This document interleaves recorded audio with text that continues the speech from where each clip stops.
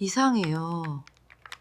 안경을 몇 번이나 바꿨는데도 글자가 계속 흐려져요. 선생님, 제 눈이 망가진 건가요? 문제는 눈이 아닐 수도 있습니다. 뇌일 수도 있습니다. 그럼 저는 치료할 방법이 있나요? 저는 그날 아침을 지금도 아주 또렷하게 기억하고 있습니다. 한 할머니께서 피곤한 얼굴로 제 진료실에 들어오셨습니다. 의자에 앉으시더니 작은 가방을 책상 위에 올려놓고 한숨을 내쉬셨습니다. 할머니께서는 거의 2년 전부터 눈이 점점 나빠지고 있다고 말씀하셨습니다. 신문을 읽을 때마다 신문을 더 멀리 들어야 글자가 또렷하게 보인다고 하셨습니다. 저녁이 되면 글자가 거의 완전히 흐릿해진다고 하셨습니다. 처음에는 단순히 나이가 들어서 그런 것이라 생각하고 안경을 맞추러 가셨다고 합니다. 처음 안경을 바꾸었을 때는 조금 나아진 것 같았다고 합니다. 하지만 몇 달이 지나자 모든 것이 다시 점점 흐려지기 시작했습니다. 그래서 다시 안경을 바꾸셨습니다. 그리고 또 한 번 안경을 바꾸셨습니다. 3년 동안 할머니께서는 안경을 5번이나 바꾸셨습니다. 하지만 할머니를 가장 혼란스럽게 만든 것은 바로 이것이었습니다. 안경을 바꿀 때마다 처음 몇 주 동안은 잘 보입니다.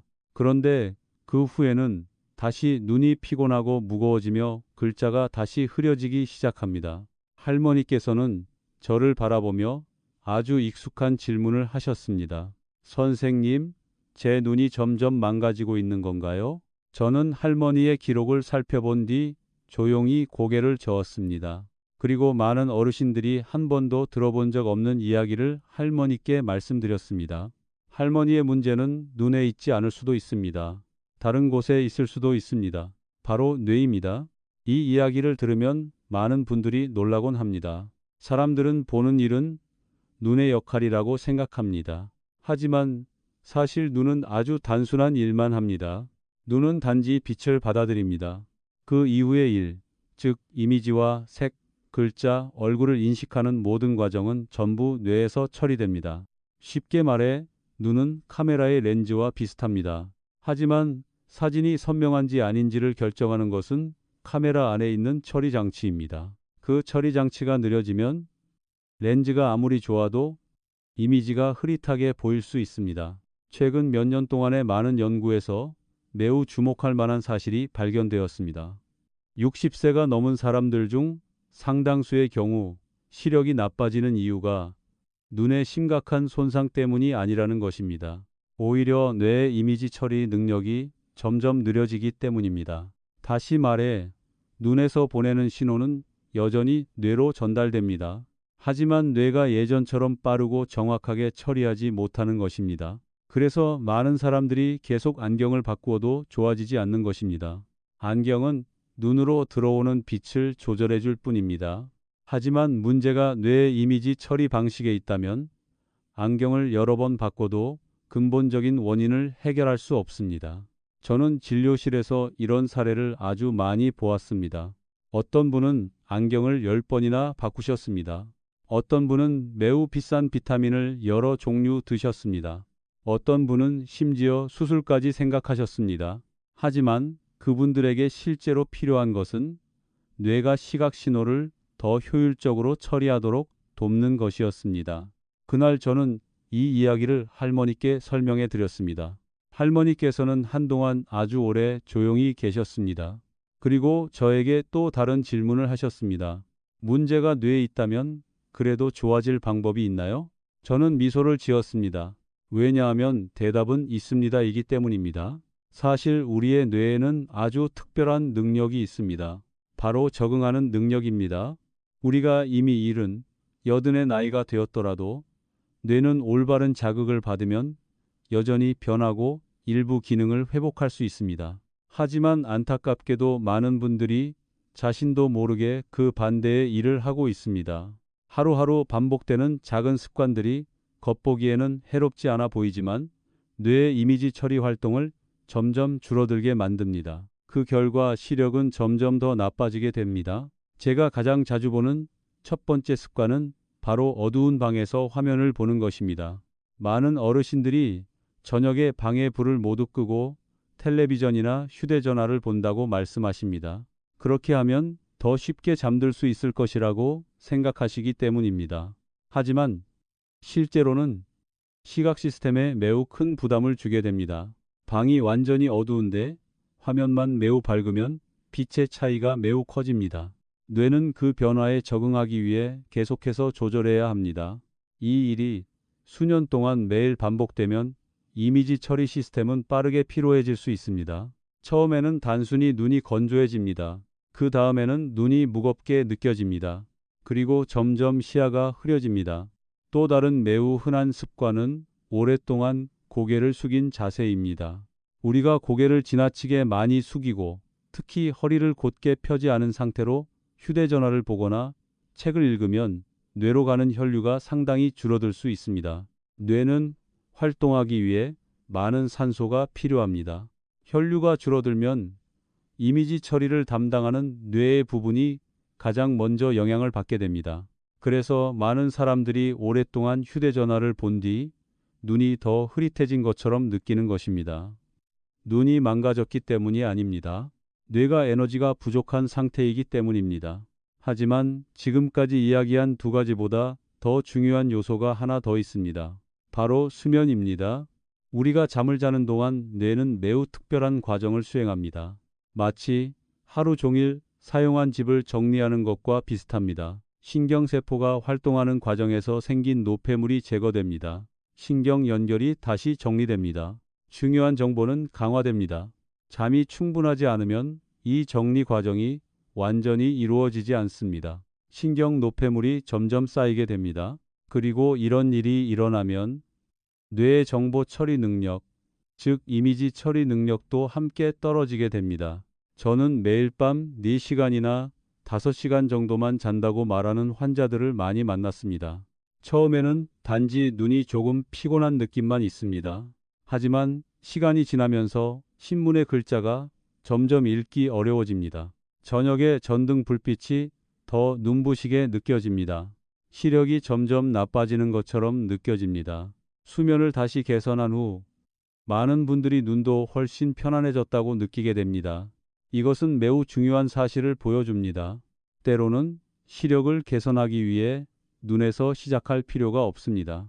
뇌에서 시작해야 합니다.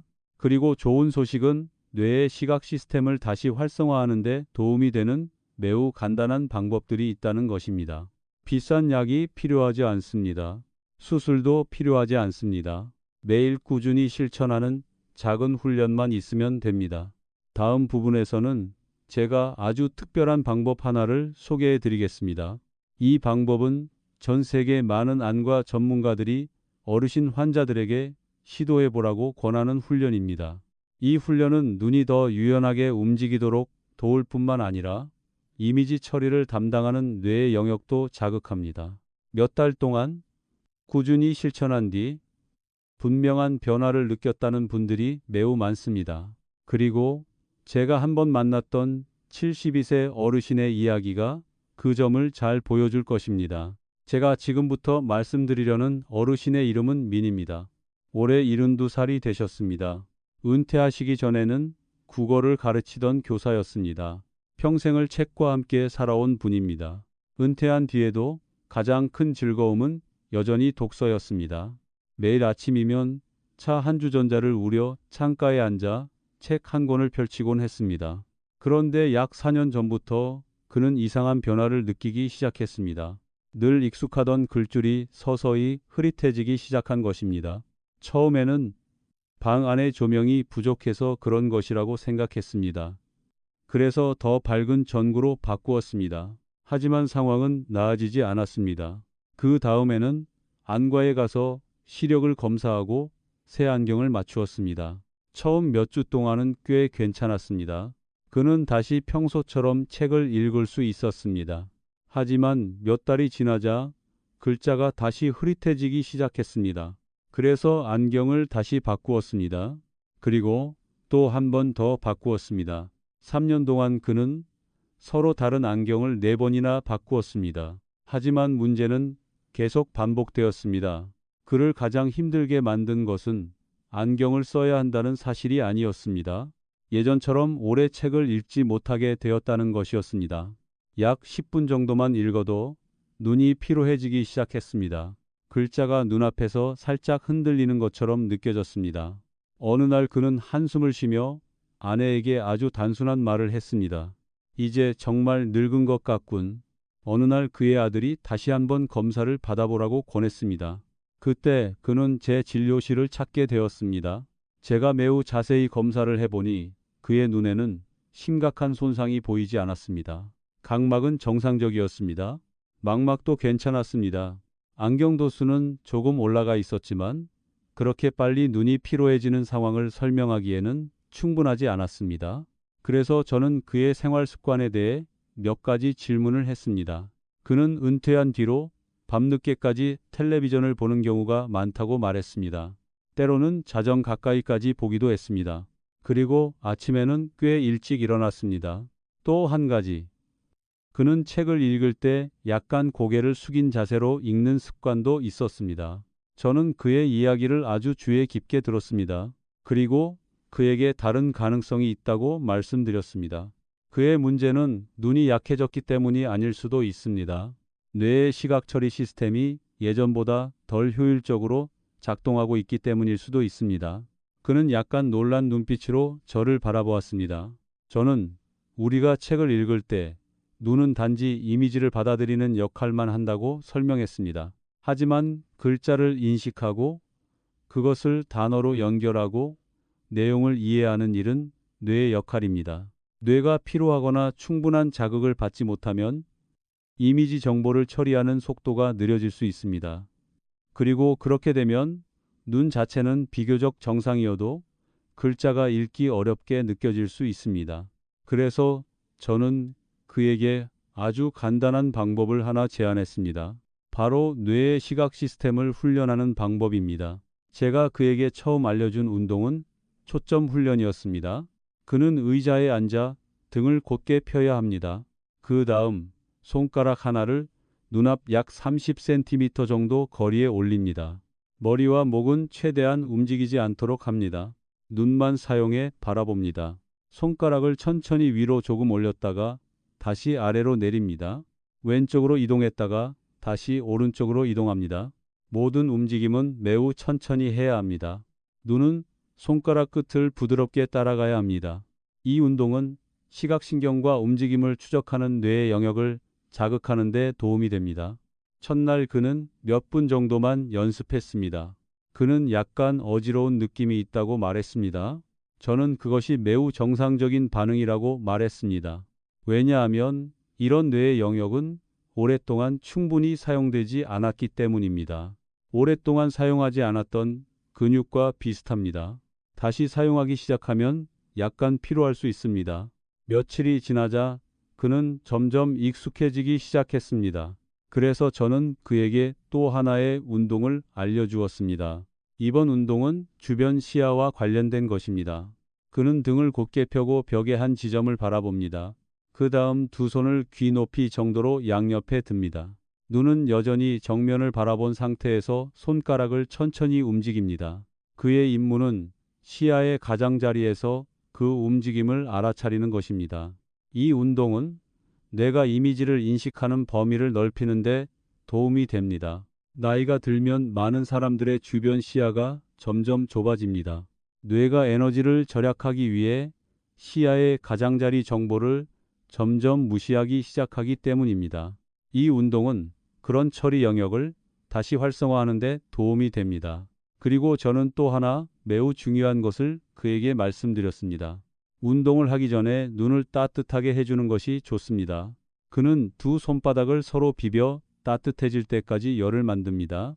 그 다음 눈을 감은 상태에서 두 손바닥을 부드럽게 눈 위에 올립니다. 약 10초 정도 유지합니다. 이 따뜻함은 눈 주변의 작은 혈관을 확장시키고 시각 영역으로 가는 혈액 순환을 증가시킵니다. 민 어르신은 이 운동들을 매일 실천했습니다. 아침에 한 번, 저녁에 한 번에 약 15분 정도였습니다. 처음 2주 동안은 큰 변화가 느껴지지 않았습니다. 하지만 그는 눈이 조금 더 편안해진 것 같다고 말했습니다. 약 한 달이 지나자 그는 책을 더 오래 읽을 수 있다는 것을 느끼기 시작했습니다. 예전처럼 빨리 피로해지지 않았습니다. 3개월이 지나 그는 다시 제 진료실을 찾았습니다. 그는 얼굴에 아주 분명한 미소를 띠고 진료실에 들어왔습니다. 최근에는 아침 신문을 잠시 동안 안경 없이도 읽을 수 있다고 말했습니다. 그는 그것이 매우 놀랍다고 했습니다. 물론 오래 읽을 때는 여전히 안경이 필요합니다. 하지만 흐릿함과 눈의 무거움은 상당히 줄어들었습니다. 민 어르신의 이야기는 특별한 한 사례만은 아닙니다. 뇌의 시각 시스템을 돌보기 시작했을 때 단순히 눈에만 집중하는 것이 아니라 뇌까지 함께 관리했을 때 비슷한 변화를 경험한 어르신들을 저는 많이 만났습니다. 하지만 이러한 운동만큼이나 중요한 또 하나의 요소가 있습니다. 바로 영양입니다. 뇌와 눈은 기능을 유지하기 위해 많은 영양소를 필요로 합니다. 몸에 필요한 영양이 부족하면 시각 시스템 역시 점점 약해질 수 있습니다. 다음 부분에서는 눈과 뇌에 도움이 되는 간단하지만 매우 유익한 음식들에 대해 좀 더 자세히 말씀드리겠습니다. 그중 많은 것들은 어르신들께서 일상 식탁에서 쉽게 찾을 수 있는 익숙한 음식들입니다. 시력에 대해 이야기하면 많은 분들이 가장 먼저 눈 영양제를 떠올립니다. 값비싼 영양제를 찾아 사서 매일 꾸준히 먹기만 하면 눈이 다시 밝아질 것이라고 기대하곤 합니다. 하지만 실제로는 훨씬 더 단순한 경우가 많습니다. 많은 경우 눈과 뇌에 필요한 영양소는 우리가 매일 먹는 익숙한 음식에서 충분히 얻을 수 있습니다. 중요한 것은 어떤 한 가지를 많이 먹는 것이 아닙니다. 균형을 유지하는 것입니다. 저는 환자분들께 종종 이렇게 말씀드립니다. 눈과 뇌는 함께 일하는 두 친구와 같습니다. 둘 중 하나라도 에너지가 부족하면 전체 시스템이 제대로 작동하기 어렵습니다. 제가 어르신들께 자주 권하는 음식이 있습니다. 바로 짙은 녹색 잎채소입니다. 그 중에서도 시금치와 비슷한 녹색 채소에는 루테인과 제아잔틴이 풍부하게 들어 있습니다. 이 두 가지 자연 성분은 강한 빛으로부터 망막을 보호하는 데 도움을 줍니다. 또한 시각신경세포에서 발생하는 산화 스트레스를 줄이는 데도 도움이 됩니다. 여러 연구에 따르면 녹색 채소를 꾸준히 섭취하는 사람들은 시력 저하 위험이 더 낮은 것으로 나타났습니다. 많이 먹을 필요는 없습니다. 예를 들어 하루에 한 번, 식사 때 작은 그릇에 채소국이나 데친 채소 한 접시만 있어도 충분히 도움이 됩니다. 또 하나 중요한 음식은 바다 생선입니다. 고등어, 정어리, 연어 같은 생선에는 오메가3 지방산이 풍부하게 들어 있습니다. 오메가3는 뇌의 혈액순환을 돕는 역할을 합니다. 혈류가 좋아지면 이미지를 처리하는 뇌의 영역도 더 많은 산소와 영양을 공급받게 됩니다. 이것은 시각 시스템이 보다 안정적으로 작동하도록 도와줍니다. 저는 환자분들께 일주일에 2~3번 정도 생선을 드시라고 권합니다. 특별한 요리일 필요는 없습니다. 식사에 생선 조림이나 생선찜 한 조각만 있어도 충분히 좋습니다. 많은 분들이 의외로 지나치는 또 하나의 익숙한 음식이 있습니다. 바로 달걀입니다. 달걀 노른자에는 비타민 A와 망막에 중요한 여러 영양소가 들어 있습니다. 비타민 A는 어두운 환경에서도 또렷하게 볼 수 있는 능력을 유지하는 데 도움을 줍니다. 어르신들에게 이것은 특히 중요합니다. 많은 분들이 저녁이 되면 시야가 더 흐려지는 것을 느끼기 시작하기 때문입니다. 하루에 달걀 1개 정도는 꽤 좋은 선택이 될 수 있습니다. 또한 많은 가정 식탁에서 흔히 볼 수 있는 음식이 하나 더 있습니다. 바로 당근입니다. 당근에는 베타카로틴이 들어 있습니다. 이 성분은 몸 안에서 비타민 A로 바뀔 수 있습니다. 오랫동안 당근은 시력에 좋은 음식으로 알려져 왔습니다. 물론 이것이 기적 같은 약은 아닙니다.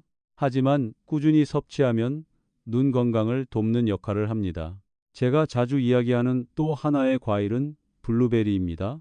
블루베리에는 안토시아닌이라는 성분이 들어 있습니다. 이 성분은 눈 속의 작은 혈관을 보호하는 데 도움을 줍니다. 이 작은 혈관들은 매우 중요합니다. 망막과 시각신경에 영양을 공급하기 때문입니다. 이 혈관들이 건강하면 시력을 유지하는 데에도 도움이 됩니다. 하지만 음식 외에도 많은 분들이 놓치고 있는 중요한 것이 하나 더 있습니다. 바로 우리가 매일 눈을 사용하는 방식입니다. 예전에 한 어르신을 만난 적이 있습니다. 그분은 눈 운동도 열심히 하고 식사도 비교적 잘 챙겨 드셨습니다. 하지만 시력은 크게 좋아지지 않았습니다. 더 자세히 이야기를 나누다가 저는 그분의 한 가지 습관을 알게 되었습니다. 그분은 휴대전화를 아주 오랫동안 사용하셨습니다. 어떤 날에는 몇 시간씩 계속 영상을 보기도 했습니다. 휴대전화 화면은 매우 작습니다.